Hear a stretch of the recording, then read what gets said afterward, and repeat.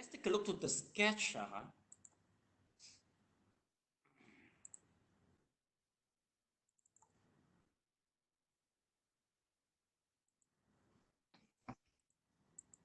Yeah, we are still in the three vehicle. Okay, chapter 4, section 1 is about the essential core to practicing the path of the three vehicle. Then in the section 2 is the stages of practice in the three vehicle. Part 1 is knowing the object clearly. In stage 1, we were explaining the differences in the type of people who undertake this path. So number first one, we have to know our main audience. Second is the detailed explanation with the different aspect of the practices. Okay. Then the third one, we will conclude reminder that all the practice, all practicing the path aim at the liberation. So in stage 2 is explaining the elements that make up the path, which is the Four Noble Truths and the dependent originations. Okay, we go through Four Noble Truths in detail. In this session. Okay, but class, for your information, Four Noble Truths and Five Aggregate are the main course in Abhidhamma. And the gap between the way to Buddhahood and Abhidhamma is about 3 times to 5 times. It's just like from SPM jump to STPM. It is quite tough, but it's worth for studying. Okay, but anyway, for this the theory in the way to Buddhahood, I think it's quite enough for you by joining the Theravada meditation. Am I right?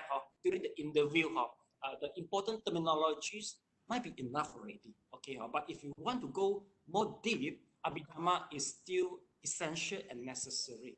Okay, yes. In the previous class, you all have gone through the recapitulations for the 12 link condition.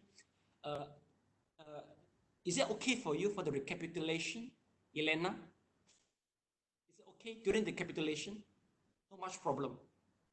Basically, you just reread the highlight point, or are you able to digest and speak with your own words, Sally?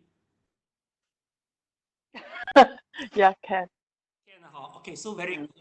I think the ability to master the English is an added advantage to all of you. So today, now we will go further from 12 dependent origination. Okay, we will go to the section 2, the stages of practice in the three vehicle, part 2, the method of practice, which is the three training and the noble eightfold. Okay, so in stage 3, we were defining the noble truth of the path to cessation is embodied by the three training and noble eightfold path. Okay, so we're going to start with the three training today. I think today our syllabus are able to cover the advancing training of morality and the advancing training of the mind. We might not be able to cover. It's about the training of the morality, which involve elements of the precept, function of the precept, and the further progression of the precept. I think we are able to cover. It's just about the morality. It is so simple. This is something which we are quite familiar, but maybe we can go deep a little bit. Okay, so a trace study. Since Mr. Leong's line is strong, can you please write it out by taking the opportunity, please? The 3 studies. First, the superior sila. With the power of a pure mind, can protect the mind from committing offenses, and each precept by itself is liberating. The system of the Eightfold Right Path is the most complete explanation of the truth of the way. This truth will be explained according to the 3 studies, and the Eightfold Right Path will be described when we reach the study of wisdom. The study of the precepts. First, sila, a Sanskrit word, translates as precept, means calming, soothing.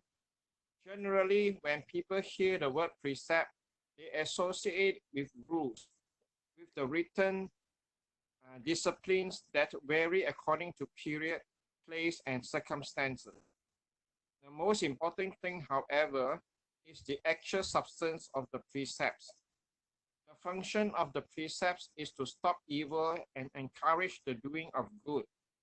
The Buddha's original intention was not to restrain people by rules and regulations alone. Encourage the restraint of a purified mind.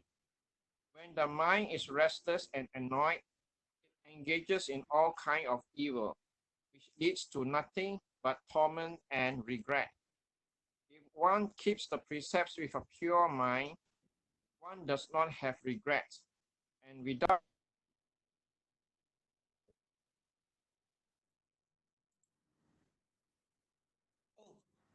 Yeah, Mr. Leong freezes, I think, huh? Yeah. Sally, they are freezing. Okay. Yeah, they're freezing. Yeah, they're freezing. Okay, huh? Yeah, yeah. however, how can the mind be purified? We stop here, Mr. Leong. Okay, we stop here, Mr. Leong. Okay. So we digest the first paragraph first. Okay. Mr. Leong, bad news for you. Sally make fun over your freezing, actually, huh? Sally make fun over your freezing. She is naughty as Elena. Okay, huh?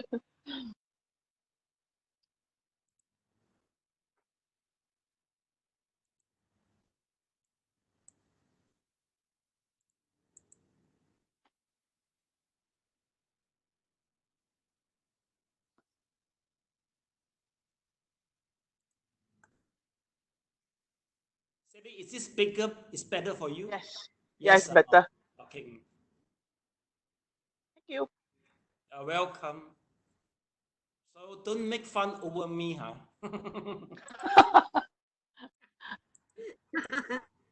Line is so strong, I won't freeze and let you and being your stop for making fun. Huh? Actually, it stops a bit now sometimes. Yes, sir. But I still can hear you talking, but your photo freezes. Oh my God.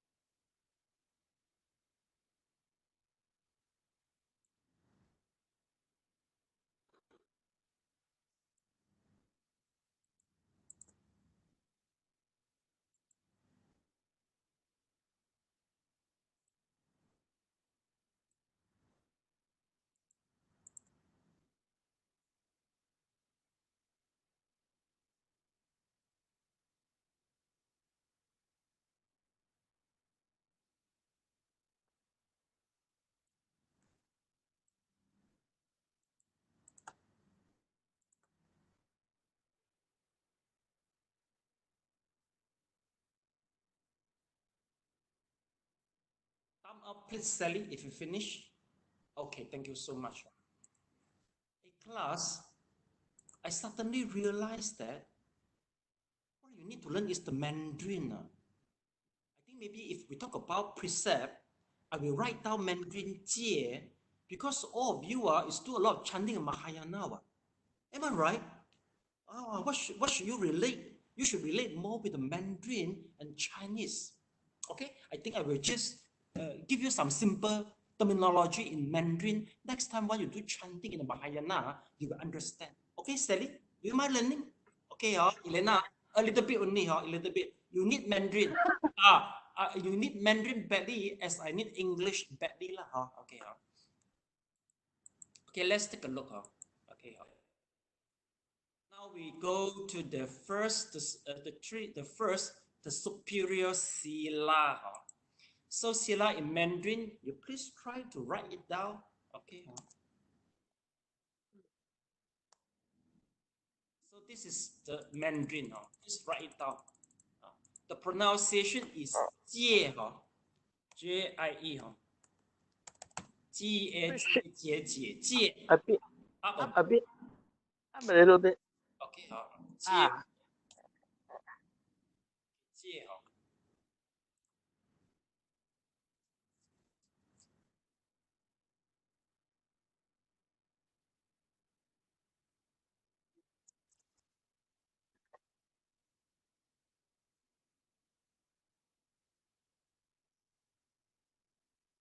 Is it a difficult task to write a Chinese character for you all? no, No, not to me. not to you. Okay, please follow me to pronounce jie. Yeah. Yeah. Okay, usually there's a four, how to say, there's a four pronunciation for each particular words. Like jie is a jie, jie, jie, jie. It's the fourth. This is the fourth pronunciation. Please follow me. Jie, jie, jie, jie. Jie. Jie, yes. So number four, jie. Yeah. Okay, so that's enough. Okay, so this is about the superior sila is the jie. Let's take a look. Class, this is a Sanskrit or no, yeah. Let's take a look. Sila, this is the Sanskrit words. Okay, basically, like Elena and Sally, you join the chanting in Mahayana, but I think you all understand that the the Buddhism text, Chinese Buddhism text is originated from the Sanskrit text. Chinese monk traveled from China to India is about 3 to 6 century. And the most famous one will be the Xuanzhuang and the Kumara Suchuwa. Okay, they go to do the purchasing, like the purchasing department, they go to purchase and collect most of the scripture, which is in the leaf, okay, and then they brought back and do the translation. Okay, so this is what are you chanting nowadays? Because Elena and Sally used to do a lot of chanting. Basically, all the chanting is translated during this particular century, 4th century above. A lot of scripture translate from Sanskrit to the Chinese, okay? But now the original texts are lost. We don't know where are they. But some is still available in the museum. Like previously, Elena traveled Xi'an before. If next time you got opportunity to re-travel again at Xi'an, please remember go to the museum. Because museum, they still keep some Sanskrit scripture. Maybe you all need further explanation, see which one sutra you are familiar to enhance the feeling for okay, the sense to love the religions we call it what? The sense to love the country we call it patriotism, right? So so to increase the sense to love your religions. This is quite good. Okay, so maybe I can show you a little bit how does it looks like.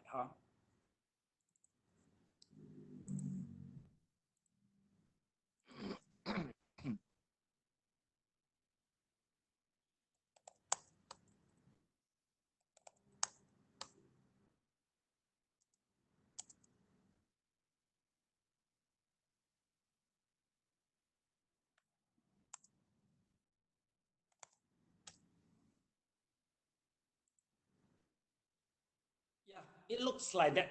Take a look, class. Okay, Well, this is the Buddhism scripture. This is the Sanskrit Buddhism scripture which is carved on the leaf. Okay, this leaf they call it Bei Ye. Let me see, what do we call it in English? Okay, please have a tara. Okay, yeah, this is original. It's like that. The leaf is like this.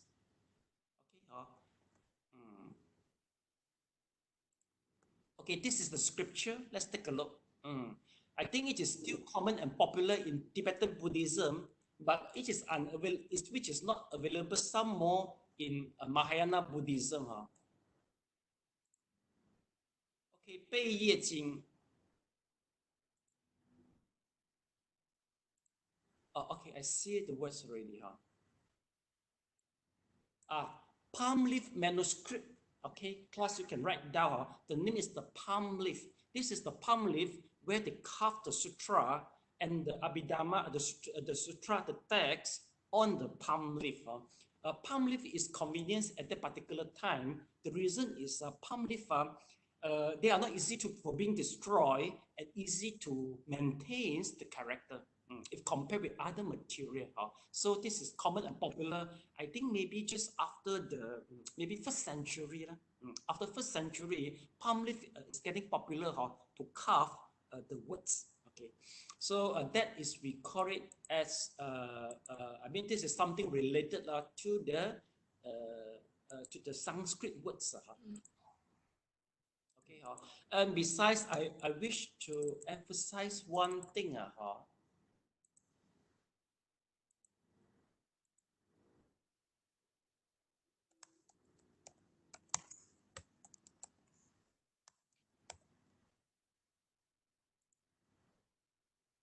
Is there anyone seen this building before? I think in where? Kunming. Kunming. I think I've seen this in Kunming, if I'm not mistaken. Maybe it's one of, because a lot in China. But I think Similar. Elena, you should say yes. You forget already. Hey, Elena, once you travel to Xi'an, you must be able to see this. This is the landmark in Xi'an. Okay, we call it as Dayenta. Dayenta was built by Xuanzhuang. The purpose of building the Dayenta is to keep the palm leaf sutra. Oh, but Elena forget. So what are you remembering? What were you remembering, Elena? Yeah, just the food only. Yeah, you forget the landmark. No, not food. I walked until my ankle was swollen. That I remember. Oh, you just remember the pain, the anger only. You pay so much. Not ankle, not anger. Ankle. Oh, ankle. Yeah, okay. Well, recently I keep on watching the video clip for the Xi'an, because Xi'an is the capital for past 13 dynasty of the China ancient. So meaning to say that there's at least 13 king, 13 era of the dynasty that occupy Xi'an and use it as a capital. So meaning to say that there's a lot of, the antique stuff, there are a lot of historical spot, there's a lot of things which is available in the museum, especially the Buddhism one. Buddhism is flourishing during the Tang Dynasty. And the Tang Dynasty based on Xi'an. Okay, so maybe one day it's possible when we go to Xi'an, you will see so many temple which have a very long history, more than 1,000 years. It's very common in China, more than 1,000 years. This 1,000, this one, that 1,000, that 1,000. Okay, some still worth for being visited due to the historical background. So this Dayenta is very famous. It's due to Xuanzhuang. So Xuanzhuang built it just to keep the Buddhism structure, and Xuanzhuang gained the recognition from the king Li Siming Tang Daozhong. He gained the recognition from the king, and the king is very happy.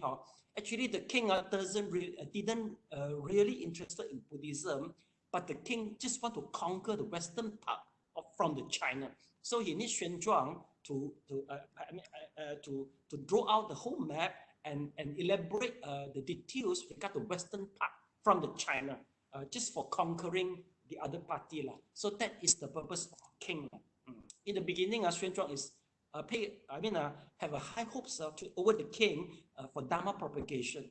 After 3 conversations, Xuanzhuang realized that the king didn't interested for propagating the Dharma, but just want to colonize more country only. From the western part in Xinjiang and over there. So that is the history. So you see a class, as a monk, if you are at that period, you still have to play politics. You have to, with the king, with a member of the king. You can't escape from all of this. I think I prefer nowadays my life as more simple. You know what can the king do? The king can just destroy whatever you have, Just, with one order only. The king is so powerful at that time. But if the king support you, it will happen contrarily. Then the king will just spend a lot of money just to make the country as a Buddhism country. So that's the reason why in Xi'an you can see so many historical sites prove that Xi'an was a Buddhism country before. Okay, so this is something about Xi'an. Hopefully one day we can travel and visit more Buddhism temple. But in the first place, learn more Mandarin first. Am I right, Elena? Learn more Mandarin in the first place. Okay, so you can enjoy the whole thing, the history, everything there. Okay, let's take a look. Well, the system of the Eightfold Right Path is the most complete explanation. This is the most complete once you use the Eightfold Right Path.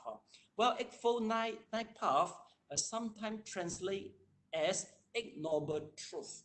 Class, please write down Eight Noble Truth. I think Eight Noble Truth is more common in Theravada. I think Mr. Leong will know this, right? The terminology which is in this book is quite different from the Theravada. Am I right, Mr. Leong? The terminology, they use the different terminology which is not common in Theravada, right, Mr. Leong? Why Mr. Leong doesn't respond me? He freezes again. Because the voice is off and on, cut. Oh yeah. I see. Because your line is not that good also. Elena, how about my line? My voice? Is my voice clear? Very clear. Okay. So Mr. Leong, something is wrong with śrāmaṇera. Okay. Never mind. Okay. Okay, now we go to the study of the precept. Okay. Sila is a Sanskrit words. A Sanskrit words. Let's take a look how the Sanskrit words look like.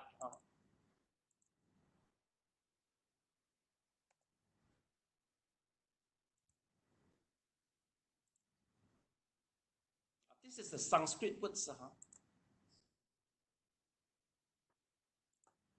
Ancient word history, Sanskrit. I think the difficulty of learning Sanskrit top the list. They are. The difficulty is quite similar like French and Germany. It's quite difficult to learn, because the language is so comprehensive. One that talk about the handphone. Okay, one words we mention handphone, but we don't know who belongs to the handphone. We don't know the master is the male or female. We don't know. But maybe in Sanskrit, one words will include everything. It mentioned what is mentioned handphone. From the handphone itself, from the word itself, you will know the master whether it's a male or female. So meaning to say, there's a lot of meaning included in one words. It will make things very complicated to master it. Okay, now we go to the precept. Okay,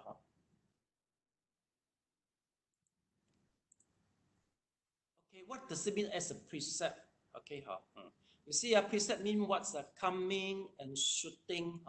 But basically, once we talk about the precept, people will think that something is binding us. But once we, especially in Mandarin, we think that we are not allowed to do this. We are not allowed to do that. Basically, that is something we think about. But actually, no. Jie means what? Jie is the drive to make you avoid doing the bad things, but do the good things. And sometimes jie will come out from your own.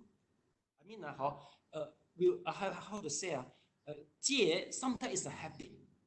For example, during the COVID-19, during the MCO, we noticed that some people, they by their own initiative, they go to help people distribute the food. They go to make the PPE. They even go to donate their blood. We call it also as a precept, as a jie. Jie doesn't mean rules and regulation. When you have a good habits to do something, it is considered as jie at the same time. Okay, so there's one thing. And basically the jie vary according to the time and the space and the circumstances. It is correct. Okay, sometimes once we over particular to the meaning of the precept itself, it will make us feel the feeling of the binding. Okay, how? For example, it's a very good example you see how. Remember, I mean, just the beginning of MCO, there's one doctor, I mean, just the beginning stage of the MCO, there is a heart specialist in Penang. He go to have a jogging in the garden. Remember? Okay, huh? Well, I think he quarreled over with the enforcement security. They say you are wrong. You couldn't jogging. Okay, but he argued that no, I'm just alone do the jogging, and the jogging make me more healthy and boost up my immunization system over the COVID-19. Okay, huh? So you see there is the conflict already. Okay, so basically, I think in the beginning of MC, okay, so you think, is the doctor right or wrong according to the precept and rules and regulation in the eye of the regulation? It is correct or not correct? Elena, what do you think? I mean, a regulation that comes out, we have to follow it. It doesn't mean that you don't follow it. Sorry, your voice is on and off. Can you repeat? Okay, yes. No, I think once a rules and a regulation comes out, we have to follow. Otherwise, the whole country will be in a chaos. But So I mean, he wants to go jogging, then you never know if say he touched something or things like that is contaminated, then you get the disease, cause more trouble. Okay, Elena, I understand what you mean, huh? Maybe we should say that how, if logically speaking, okay, if you go off, I mean, the rules we set the rule for MCO, everybody stay at home just to make everybody stay safe, right, from the virus, and you wouldn't contract the virus, and you wouldn't spreading the virus. Am I right? Okay, but basically, we notice if one people alone go out for the jogging, I think the chance to contract or being contract is not there. It is quite logical, huh? This is what the doctor argue, huh? But the point is, if you alone go to jogging, then the rest of the people will see, they will follow. And the garden finally will end up attracting many people. So meaning to say the consequence is it will end up become a big group gathering there. So meaning to say that sometimes, I mean, same thing with the precept. In the very beginning, okay, I think the rules and the definition of the rule and the regulation is not that clear. Everybody will be more emphasized on their own benefit because everybody want healthy, everybody have the habit for jogging, and they will insist that they should be fine, and they get the point. But finally, they never think about that. The consequence for your own benefit, you will end up in attracting a big crowd to the garden, and end up that and it will end up that the how to say how that it will end up become a group and gathering there, and the contraction of the virus may happen at that particular moment.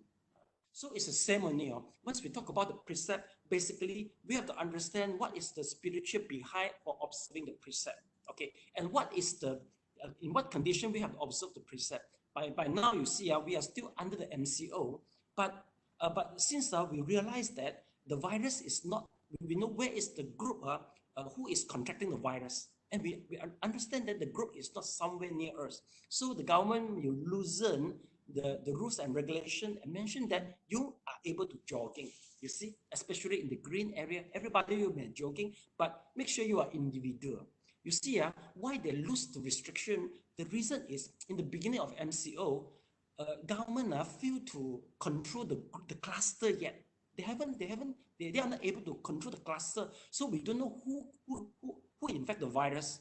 Okay, but now government government, by knowing that where is the cluster is, they know that if they let you go to do jogging individually, there will be nothing. Even though finally they will attract somebody come.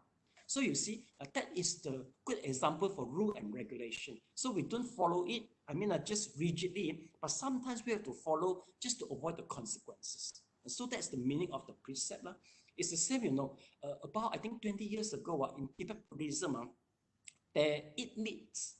They eat meats. The reason is the planting vegetable is so difficult, and the vegetable is more expensive than the meat. So even though they are so called as a Vajrayana, they talk about they mention about Bodhisattva, but they still have to take meat because without the food, how can they survive? See or not? So Buddhism is very flexible, and we can vary according to the space and the circumstances. So that is the spiritual of the precept. But we have to follow the precept. The reason is without following the precept, sometimes we will be regretful. Okay. For example, we talk about the jogging. I remember the second day of the MCO. The second day of the MCO, I really go to the jogging because the definition not very clear. I don't know yet. But once I read the newspaper, I realized that, the people raised up the question and they directly answered that no. And the reason they explain is very reasonable. So at that particular time, I found that I feel a little bit regret. Luckily, because I become a bad example. But luckily, I don't attract many people come to me, you see. I don't attract the people come to the garden. They don't follow me. So lucky. If let's say they just come and end up people contract the virus, I will feel guilty. So you see, meaning to say that by following the rule, you can avoid the regret. Okay, so after explaining this paragraph, class, can I ask you a question that, do you feel familiar with this paragraph? Is it familiar with you? Have you ever come across this paragraph before, class? Where do you come across this paragraph before? Where did you? 5 precepts, 8 precepts, 10 precepts. In what subjects? What subject? In which subject? Meditation for beginner lah. Remember meditation for beginner? Maybe I think the second lesson, the whole paragraph is come from here. Vinaya rules. But you all don't remember because you are not the one who give the lecture. But I'm the one who give the lecture, and I'm the one who edit the whole notes. So I understand so well, but you don't remember. You see or not? Okay, so this is the paragraph. Okay, let's continue. Okay. All right. Okay. And according here, you see, a precept keep with a pure mind, I like cultivated wet less land in which seedlings of virtue can grow. If let's say if you occupy our mind with all the good and favorable deeds, meaning to say that the evil thought and also the bad deed, no chances to come in. So this is the reason why holding a good precept is so important. So next paragraph, okay. So Sally, please. How can the mind be purified? Through faith taking refuge. If one believes in the 3 treasures and the 4 truths with a deep understanding and sincere vows, and if one truly has faith, one can have a pure mind. Faith is therefore described as the mind having purity as its nature. Just like the water purifying pearls that can purify muddy water. From this pure belief arises the power of stopping evil and doing good, the essence of the precepts. When one actually receives the precepts, therefore, regardless of whether they are the lay upasaka and upasaka precepts, the 8 precepts practiced by lay people, and the Samanara and Samaranika precepts, those bhikshuni precepts practiced by the Samaranikas, or the bhikshus and bhikshunis precepts. One has to begin with the 3-fold taking of refuge. When one takes refuge, one proclaims that one is an upasaka, or so on. This is called actually receiving the precepts. Later, to formalize the event, the taking of precepts by bhikshus and bhikshunis was revised, becoming the Nati, I don't know lah, sorry, ceremony. Without purity of belief, one cannot attain the precepts. Even with the Nati Chatuna Karaman ceremony. So the precepts are the pure mind that comes from a profound faith accompanied by vows. This pure mind leads to a strong power that protects the mind from committing offenses. Okay, thank you so much. We digest first these two paragraphs.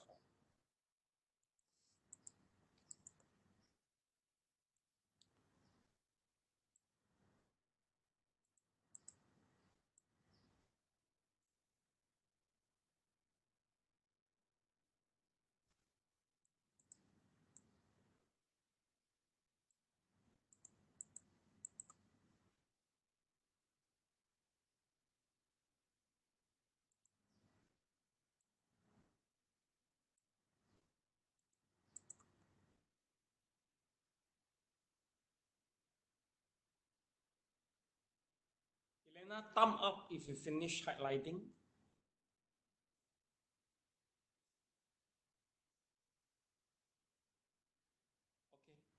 Okay.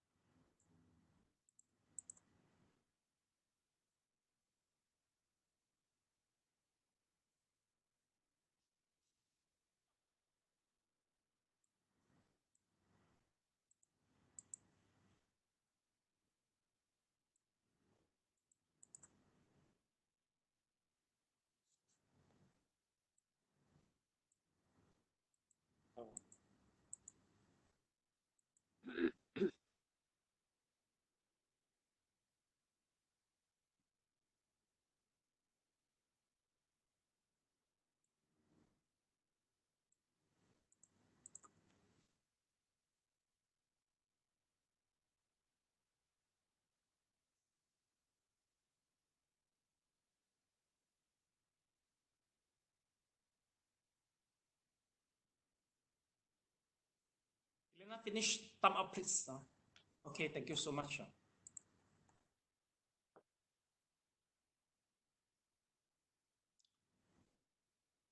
Okay, class, in this paragraph, I mentioned that by the belief of the three treasure and four noble path, you will be empowered. You will get, how should I put it? Okay, I mean the belief of the triple gem and also the four noble truth. By having belief over this, your mind will getting purer. Meaning to say that you will try to refrain yourself to commit a crime and maintain the purity of your precept. Okay, how do we understand that? Okay, I think maybe until now we already finished the four noble truth. We just finished the teaching of the four noble truth. Okay, how do we prove it? Okay, there's an example for us to make us to easily understand this situation. Let's take a look.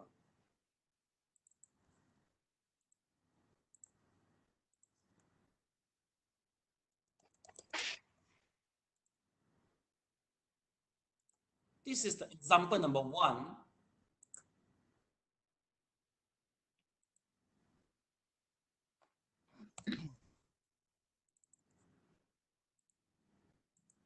This is the example number 2.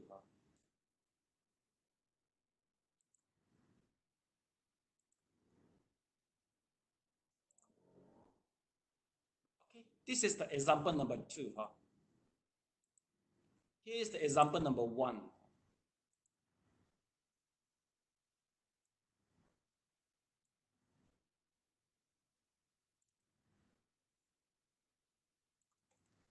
Class, if let's say you were in the Maldives, okay, are you going to throw the rubbish even though it's a piece of the small paper in Maldives? I mean, are you willing to do so? No. Spitting? No, right? Because the air is so beautiful, the water is so purified, you will feel so sorry to the nature if you just do maybe just a spitting, right? Or throw a piece of the paper, okay? But how about in polluted river? Are you feel guilty by just throwing some rubbish there? Already a lot.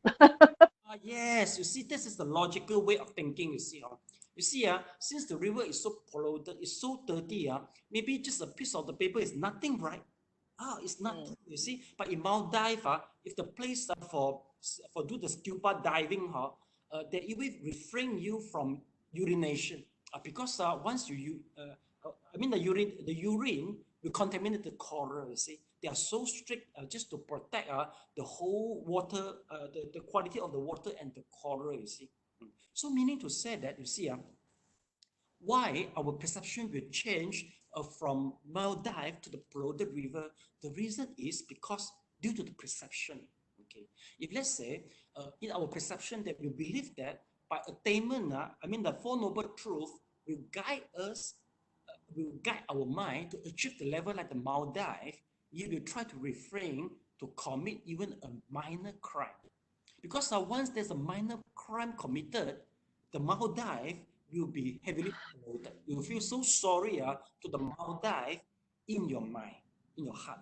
But if let's say you don't really understand, you don't really believe Four Noble Truth, you don't really believe Four Noble Truth can lead you to the Nibbana, and your mind just really keep up polluting and just every thought, every single, I mean, your body, mind, and speech is full of all the evil. If that's the case, even though you have intentions, maybe just do a small wrongdoing, I think you will don't mind. Right or not? Okay, right or not? Because you have already committed 5%.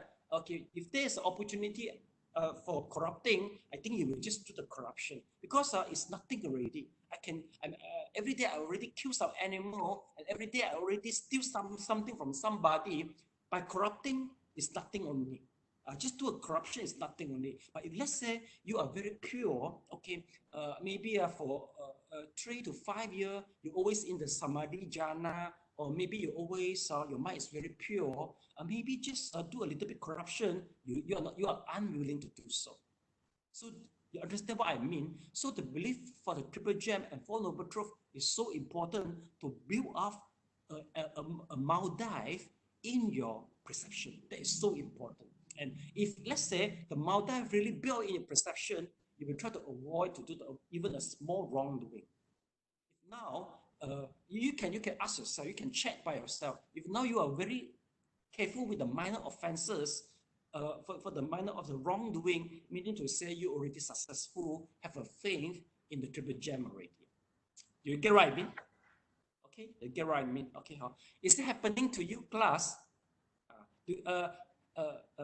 Does Maldives have been built up in your mind? Yes.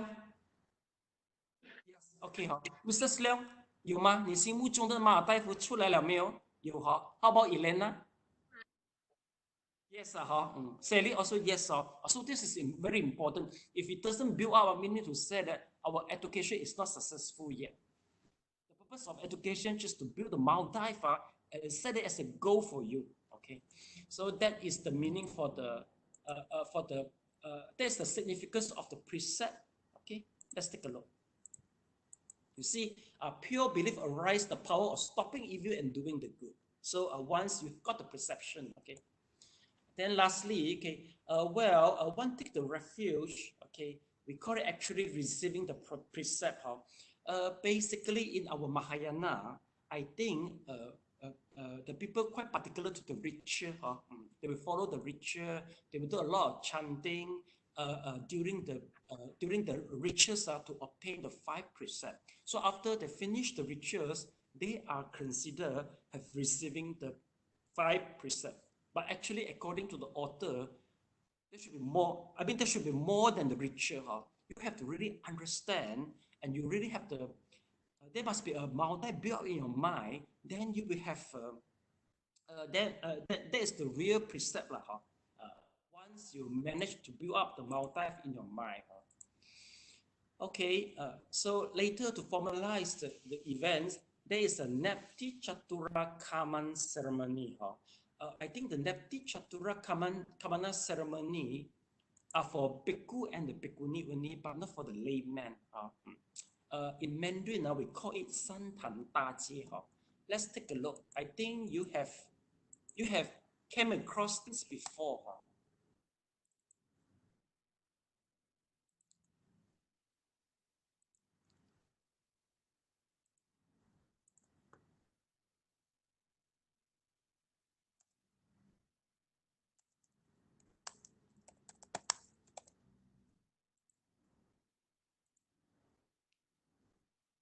Yeah, have you ever come across this before? In Taiwan, this ceremony used to be conducted in Taiwan and China. Okay, so this the Santandache is what just now Sally you try to read out. This is quite difficult word. Let me have a look. Yeah, we call it as what Napti Chatuta Kama. So that this is the ceremony lah. Napti Chatuta Kama. So you see, take a look. This is a karma. Karma. What does karma means? Karma means meeting. This is the meeting. We'll call up 10 Sangha member to verify that whether you are qualified to become a member of Sangha or not. Woman, you need more than you need 10 bhikkhuni to verify you, and you need another 10 bhikkhu, and end up both together 20 people to verify your qualification for being the member of Sangha. So women need more procedure. But basically, I would like to inform you that in Taiwan and China, they run it as a ritual only. They don't really go to check. If you really want to become bhikkhu, they will ask you a few questions. Make sure you don't have that particular obstacle. For example, they will ask, are you in debt or not? Are you owing somebody money? First one, do you get the permission from your parents? Or if you're married, do you get the permission from your wife? Yes, they will ask all these questions, and they will ask, are you physically are you physically capable?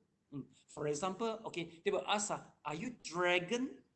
Why they ask you this funny question? The reason is during the Buddha time, the dragon, the convert become a human and become a monk. They go through the ordination, and the dragon managed to cheat everybody. But finally, the dragon manifests by themselves. You see, so people tell Buddha that, oh, this thing happened. So that is the origin. That's the reason why once you go through the interview, they will ask, are you dragon or not? Very funny, huh? Okay. So Sally, are you dragon? Are you dragon pretending you to attend my class here? Sally? No, you are not the dragon. It happened during the Buddha time. Okay, next, let's take a look. So, according here, after the ceremony, the Nepti Chatura Karma ceremony, then you will be considered, let's take a look. You see, from the sentence, it says, without purity of the belief, one can attain precept even with the Nepti Chatura Karma ceremony. Okay, this is a very good question. They said that once is a ceremony, one is the pure belief. They say without the pure belief, you just go through the ceremony. It doesn't mean that you will be you get the you get the precept by just going through the ceremony. Okay, maybe from we can understand this perspective through asking the question that do we Malaysia? I mean, are we Malaysians? Meaning to say that our citizenship. How should I put it? Okay. I think without any doubt that we are all Malaysian, right? How to prove our identity as a Malaysian, the citizenship? How to prove it, Elena? How to prove it? IC, right? So all of us got the IC, but by IC itself, is it proven that can we say that we love our country and we are loyal to our country? Can we say so? With the IC only? No, necessarily. Right? No, right? No, right? Okay, huh? Anything? Okay, freezing. Nothing. Okay. How do we prove that we are loving our country? Mr. Leong, how do we prove it? In what scenario? In what scenario will you notice that actually you love the country, Malaysia, as a Malaysian? In what scenario? Let's say, for example, you have to do your duty as a citizen, also be patriotic to the country. Okay, yes, yeah. Maybe like paying the tax or what, but in one scenario, if let's say you go to watch the competition of badminton, the fighting is between Chinese and the Malaysia. Okay, who support Malaysia? Please put up your hand. Chinese, yeah, compete with Malaysia. You see, okay. So meaning to say that all of us are Am I right? Yeah. Yeah, correct. We are patriotic because why? If we are not patriotic, we will favor on Chinese.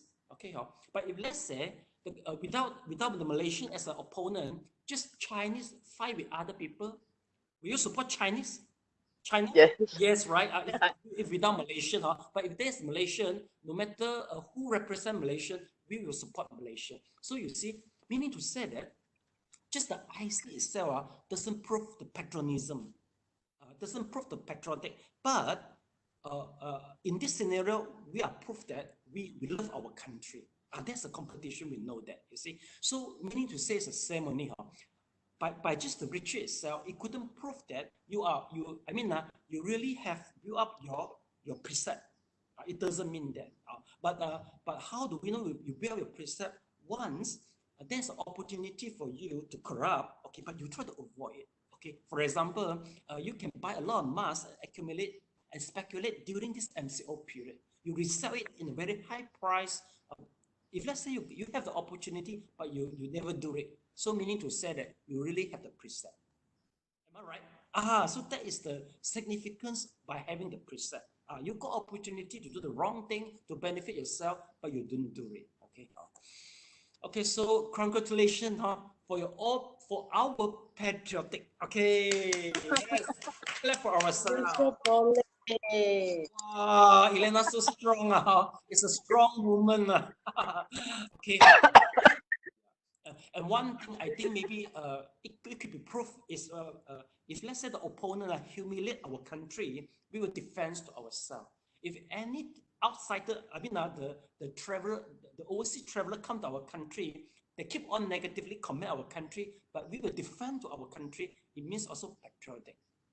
If let's say people they start to humiliate our religions as a Buddhist or Mahayanist Buddhist, we will defend ourselves, meaning to say that we love our religions. Okay, so that is the meaning. So, Mr. Leong, if we love our country, we use patriotic. If we love our religions, what words we use? Patriotic also? No. What, Sally? Religious. Religious? No. We love our national, we call it patriotic. If we love our religion, we call it what? Faithful to the. Is it royalty to religions? Royalty to religions? Loyalty. Loyalty. Oh, but I think But I think we can get the better alternative for royalty. Like patriotic is the very good word to express you love the country or patriotic. Okay, let's continue. Okay, next paragraph. Okay, whose turn to read? Elena, have you ever read before? Elena? Yeah. Please. The precepts are also called the rules and regulations. The equivalent Sanskrit word is samvara, which literally means equally protecting, referring to the way protecting from doing. Regulation protect what? There are three types of rules and regulations. One, if true wisdom arises, one is then free from afflictions and attain the rules and regulations of the way. Two, if the meditative mind arises, then with concentration, one is from afflictions and attain all the rules and regulations of pure belief. Belief in the three treasures and the four truths rises, and one vows to practice the Buddha Dharma as a lay disciple or disciple who has given up lay life, then one attains the specific rules and regulations of life. Since these are healing, pure, and soothing, they are all precepts. They are the essence of the rules and regulations and exist prior to individual precepts. The specific rules and regulations of liberation pertain to human beings. They are attained through belief and taking refuge, whether by men, women, lay people, monastic people, adults, or children. Because of differences in social relationships, lifestyle, physical strength, and so forth, the Buddha established different specific precepts. The 5, the 10, to provide practitioners with a guide to put an end to evil and to encourage and verbal conduct. They are therefore called Praktimosa, meaning the specific precepts for liberation. Each of these precepts should be kept, for they can break one from specific. Okay, thank you so much. Okay, sorry, I forget the Chinese word. Okay, the strong power that protect the mind from committing the offenses. We call it as a 戒体.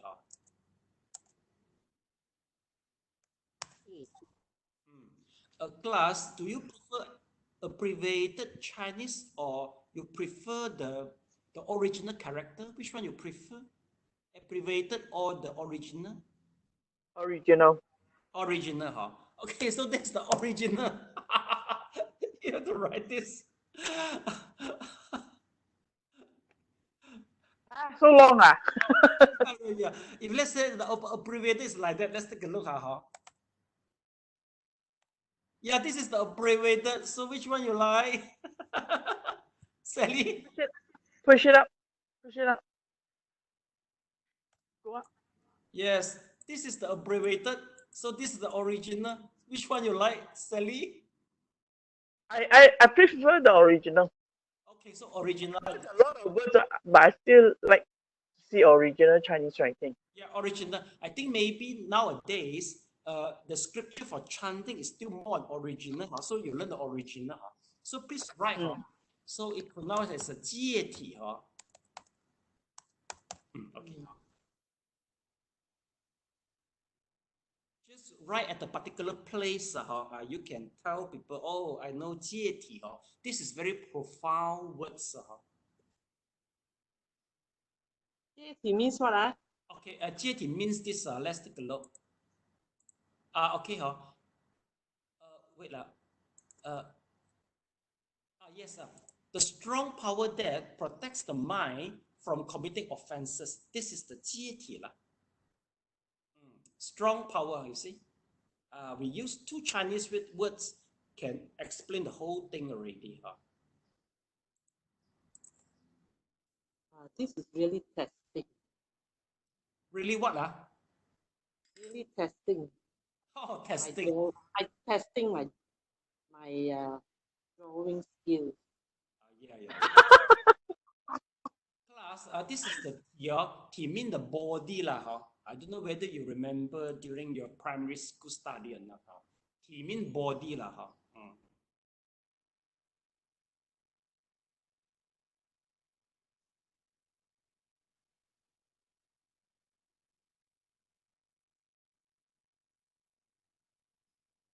Got a moon there also. I thought you are sleeping. It seems you are not Yeah, it's moon, and then the one got a toe, 好像有個toe那個。 Yes, there's the bean and the moon. Yes, you see, this is the moon. Yes, this is the bean. They got the bean and the moon together. Yeah. Finish. Done. So difficult, right? Just learn a little bit Chinese. So difficult. Drawing class. Okay, Mr. Leong, finish writing the character. Okay, would you like to show me, Mr. Leong? Oh, It should be very ugly. Okay, no, so everything will be uploaded to the YouTube, so better we be more humble. Okay, so we continue.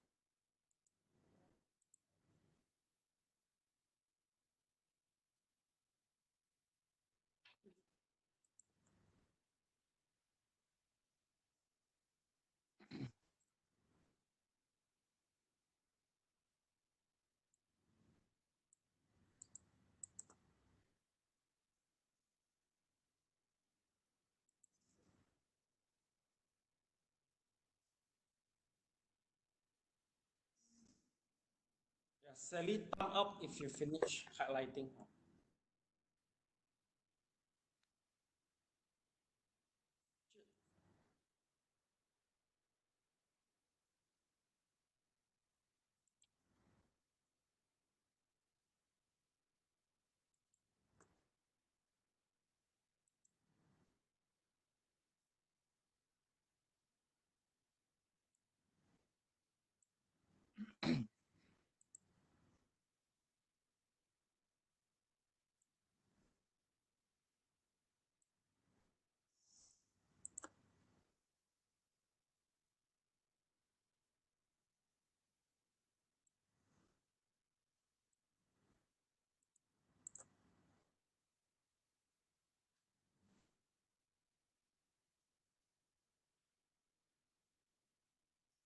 Okay, finish, Sally. Finish. Okay.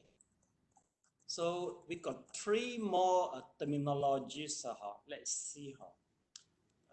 This is too difficult already.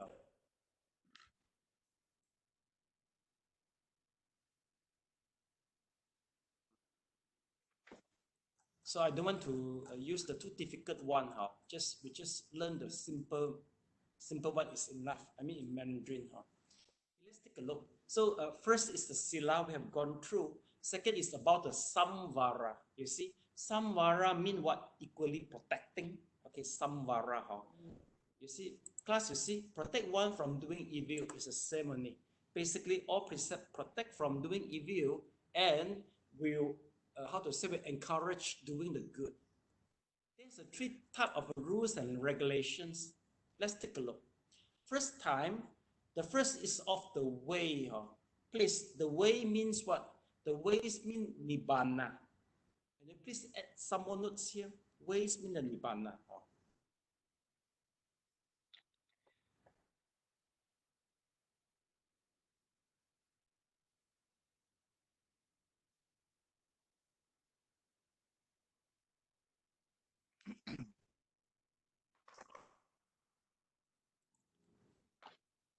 class, there are three types of the rules and regulation.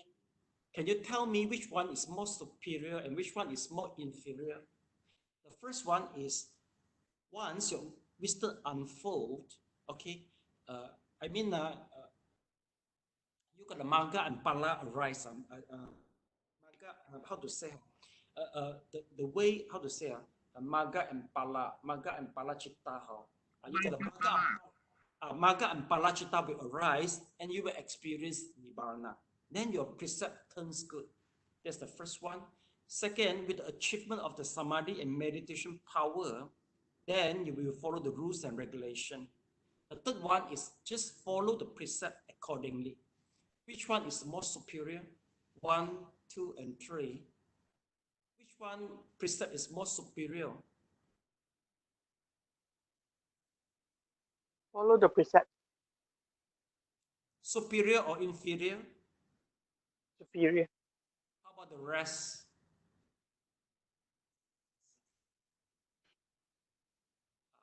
Mrs. Leong, I can't hear you, Mrs. Leong. Loud a little bit, Mr. Leong. I still can't hear you. Okay. Elena, which one is more superior?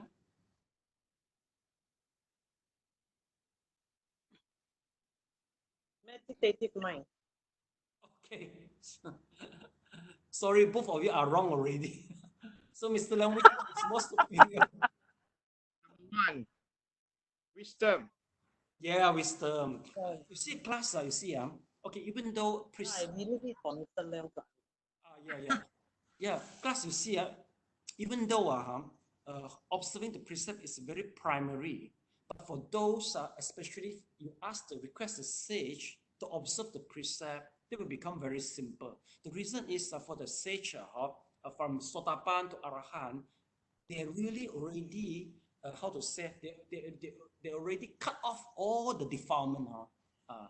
Because the defilement is the source, the defilement is the root for committing any other crime, right? If you don't have any other defilement, where will you commit a crime? Of course, the precept will be fully observed. So the most superior is the first by obtaining the way. The way meaning to say is the Magga and Pala. The second will be the meditation. Say it like you, since you can meditate well, basically it's not hard for you to observe the precept. You will just do the thing naturally and you will prevent from doing the crime. Everything will be by naturally because the mind is already purified.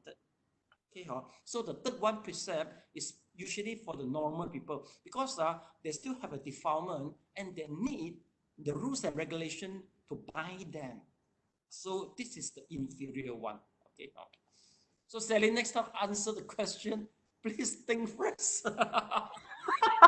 Okay. Upside down. All the balik answer. Okay. Okay, let's please add the way how you can add. You have to add one word of the way. The way I mean Magga and Pala are the path. The way mean the path. Path.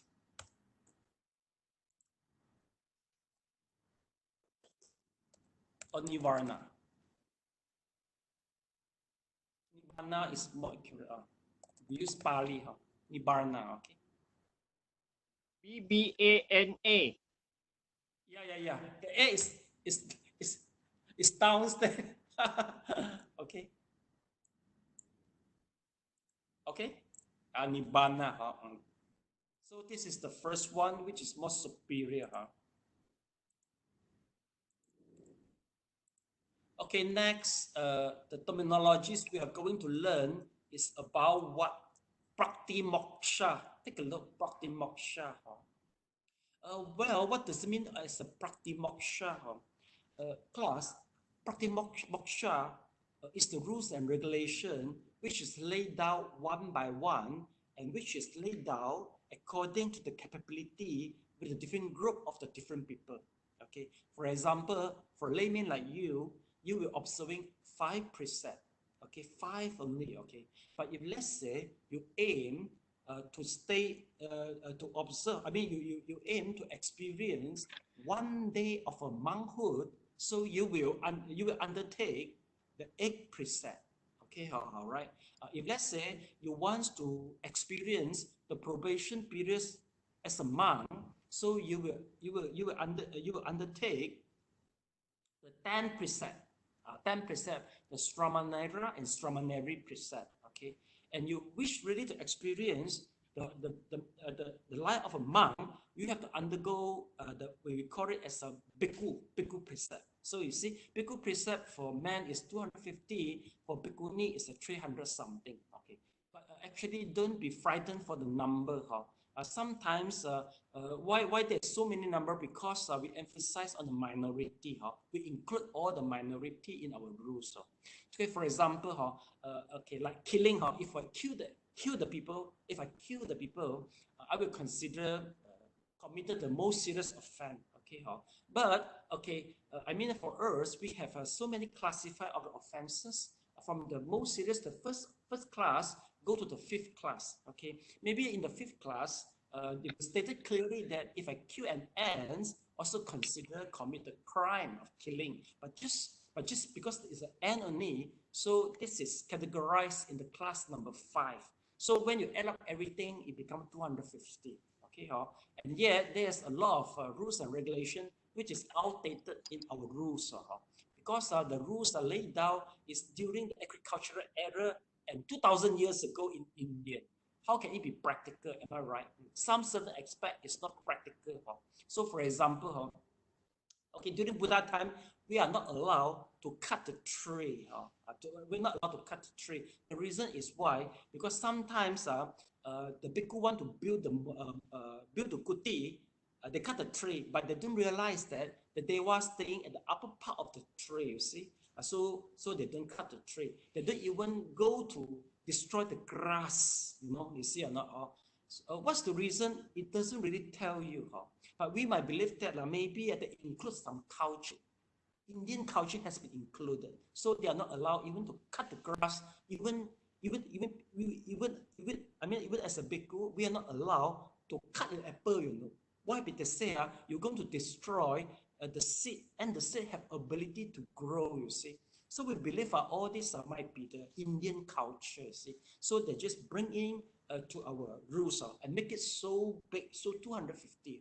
So some actually is quite outdated. Some we have, some is not outdated. We just follow. So you get what I mean? So all these are different. Different rules which is set up according to the different sex and different status. We call it as prakti moksha. So that is the meaning of prakti moksha or prakti moksha. Let's take a look. Prakti moksha, you see. Meaning is the same, liberated one from specific thoughts. Just try to liberate us. Okay, next paragraph in general. Mr. Leong, can you please write it up? In general, people who regard the precepts as important probably emphasizes the rules and regulations, but neglect the essence of the precepts, which is the mental purification taught by the Buddha. The ancient meditation teachers always spoke of the natural precepts, emphasizing the pure mind with inner virtues. But the inclination towards purity of realization is not attained by ordinary people. Actually, in the Buddha Dhamma, faith enables one to enter the way. Faith is the origin of the way. The truly pure faith and the vow to practice are the real foundations of the study of the precepts. Verse 81. The 5 and 8 precepts for the laity are as described below. Among the precepts taken by lay disciples are the attendant service, rules and regulations, which are the 5 precepts for upasakas and upasikas. They are also the staying nearby, rules and regulations, which are the 8 precepts of monastic disciplines. practiced by the laity for a whole day or a short period of time. These have been previously described in a Dharma common to the 5 vehicles. Originally, the 5 precepts and the 8 precepts were for the lay disciples of the Sravaka vehicle. The word transcending precepts are taken for the purpose of liberation from birth and death and are practiced with the resolution to renounce. If the precepts are taken with the resolution to have better future lives, however, they then become part of the Dharma of the human and divine vehicles. But it is wrong to assume that the 5 precepts are only the Dharma of the human and divine vehicles. Thank you so much. Okay.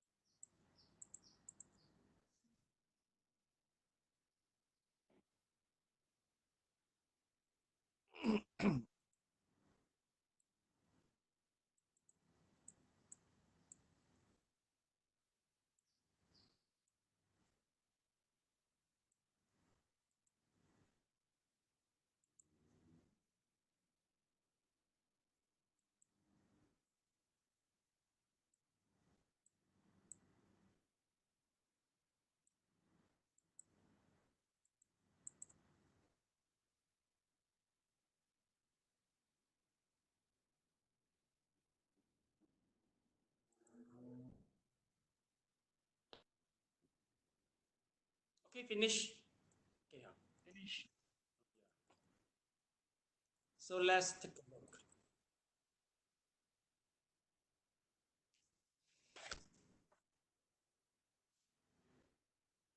So the point we're highlighting here, keep on remind us that once we observe the precept, we have to understand the essence of the precept, but not just observe the precept according to the text and the statement only. So that's the purpose of, by having the faith, we can observe the precept more effectively. So that is the point, huh? And next paragraph, what do we talk about is the 8 and the 5 precept for the layman. Okay, is there anyone? Have you ever joined Pak Guan Zai Jie before? Please put up your hand. Pak Guan Zai Jie, Elena, all of you, okay. How frequent will you participate the 8 precept? How many times already, Elena? Half a dozen? 1 times only, half a dozen? Twice only, Mr. Leong, how many times already? Wow, 4. Applause. Yes. Okay, very good. Okay, basically, okay, the spiritual behind for the 8 precept is for the people who ready for renunciation. You have a determination to renounce, then you will hold the 8 precept. But 8 precept just for 1 day, 1 night only. Okay, and then once we talk about the 5 precept, okay, basically, I mean, in this now we are talking about the 3 vehicle. Why do we mention 8 precept and the 5 precept. The reason we mention both of them is because once they have a determination to renounce, 5 precept and 8 precept, even though the 5 precept itself will guide you for the liberation. I need to say that the determination to renounce is so important. If you hold the 5 precept with the determination have a better life in your future, then the merit of the 5 precept will guide you have a better future life. So you get what I mean? We can't simply say that 5 precept is just for the better future life. It's not true. If you have a determination to renounce, even though there's a 5 precept, it will guide you to liberation too. Get it? Okay, get it? So meaning to say that you have to consider the resolution at the same time. Okay, verse 82. Whose turn, please? Sally, right? The precepts, sorry, the precepts for monastics are grouped into 5. Samanara, Samanarika, Bhikkhu, Bhikkhuni, and Sikhamana. For the disciples of the Śrāvaka vehicle, there are 5 groups of monastic precepts. First two, the Saramana and Saramanika precepts, are the preparatory course for monastic people who have recently left home life and do not have the full monastic qualification. Samanara is translated as diligently going forward, meaning diligently seeking liberation from birth and death. Samarana is the male form and Samarinarika is the female. The precepts for Samarana and Samarinarika are the same, 10 precepts. They are no killing, no stealing, no sexual conduct, no sexual relations, no lying, no drinking, no use of perfumes, garlands, or personal adornments, no partaking in singing, dancing, or play, and no watching or listening to them. 8. No use of luxurious high seats or beds. 9. No eating at improper times. 10. No accepting treasures or of coins or objects of gold and silver. The first 9 are similar to staying nearby precepts. Okay, thank you so much. We digest this paragraph first.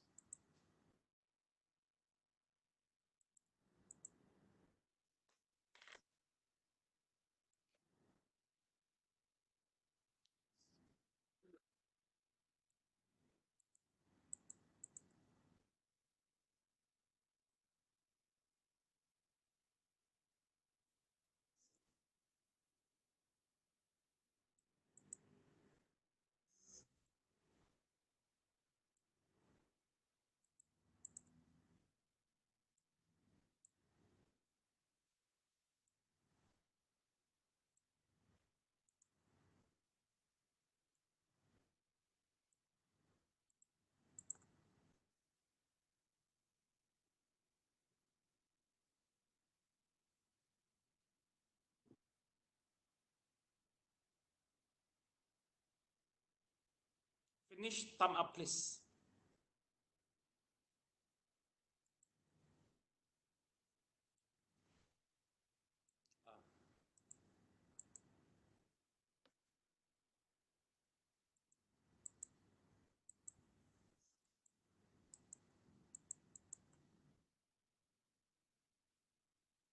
This staying nearby is a little bit awkward translation. So never mind, we go through this.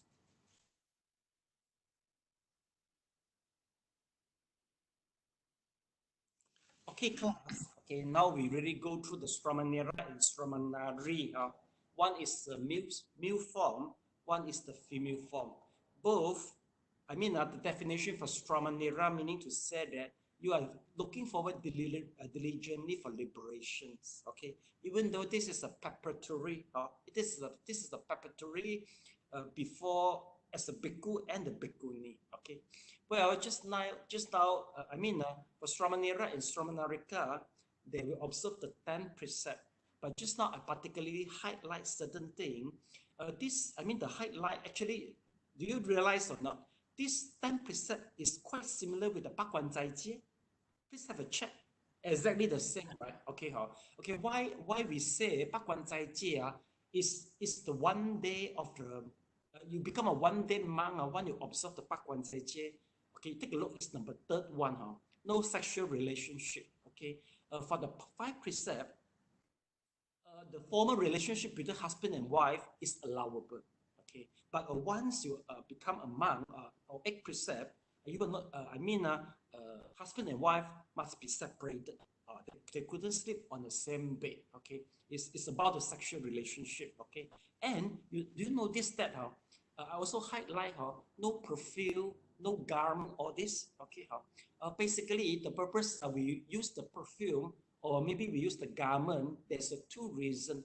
One is maybe as a how to say as a manners, how to say how to say first maybe as to show the respect once we are joining the party, the gathering. Maybe there's some dinner. Okay, by wearing the garment, the perfume, and put the ornament to yourself, which is the symptoms to show respect. But secondly is to attract opposite sex, because especially for women, why they make themselves put so many garments, put the ornament, why they decorate themselves with the perfume. The purpose is for sexual attraction. So that's the reason why these rules have been laid down. Okay, then one more is we don't lie on the high bed, the luxury bed. It's the same. The reason is once people lie on a high luxury bed, so they will start to become lazy, and from the laziness, it will really to come up with attachment. There's a Chinese idiom mentioned that when you are too full, and once you are overfull, and once you are over comfortable, it's easy for you to come up with a sexual desire. So this is the reason why the precept, no high beds and no luxury beds. That's the reason behind it. Okay, you get the explanation.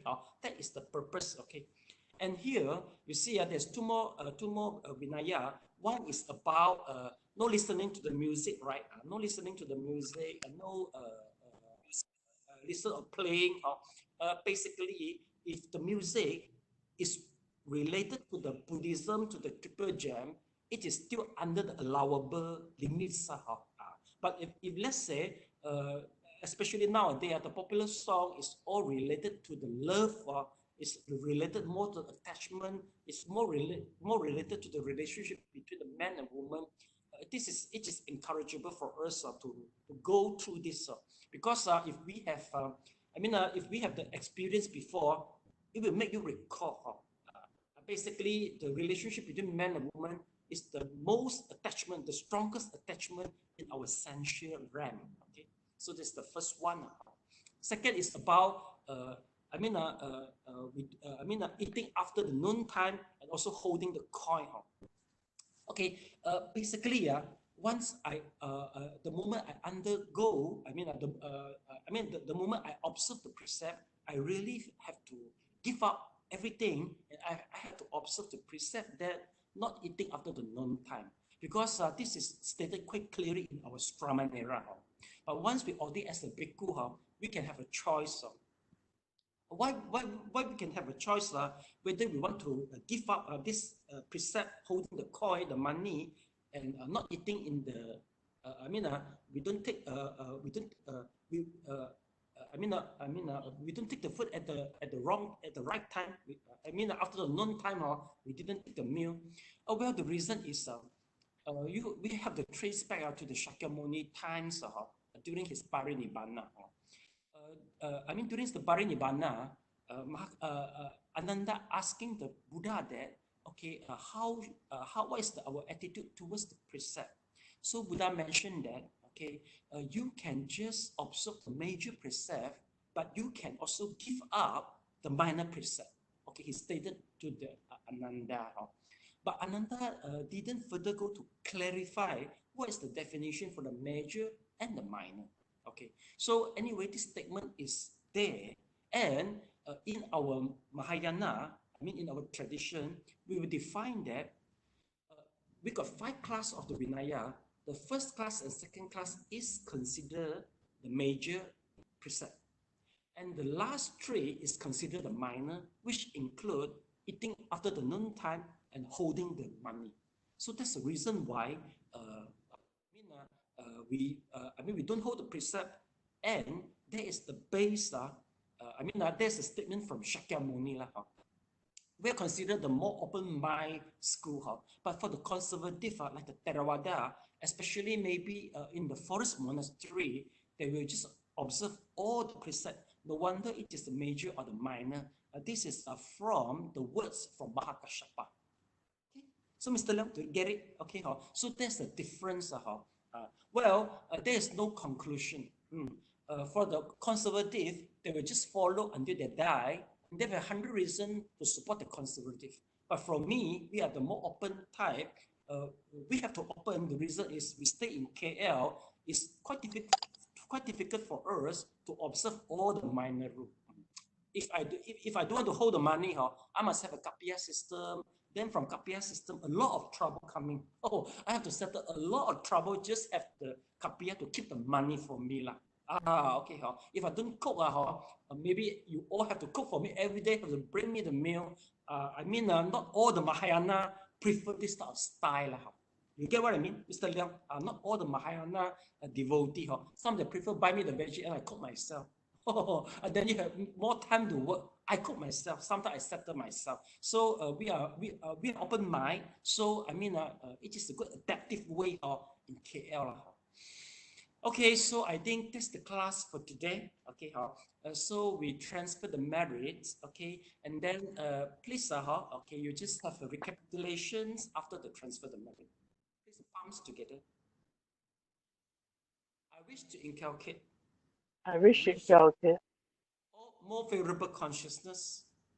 All favorable consciousness. Through transferring merits. To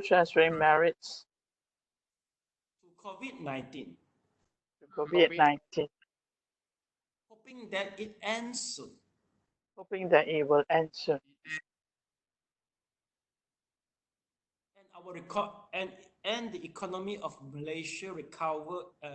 And the economy of Malaysia experience speedy recovery. The economy of Malaysia recovers as soon as possible. Okay, so Sally. Okay. Thank you, Sifu, for the class. Okay, bye bye. Sadhu. See you for the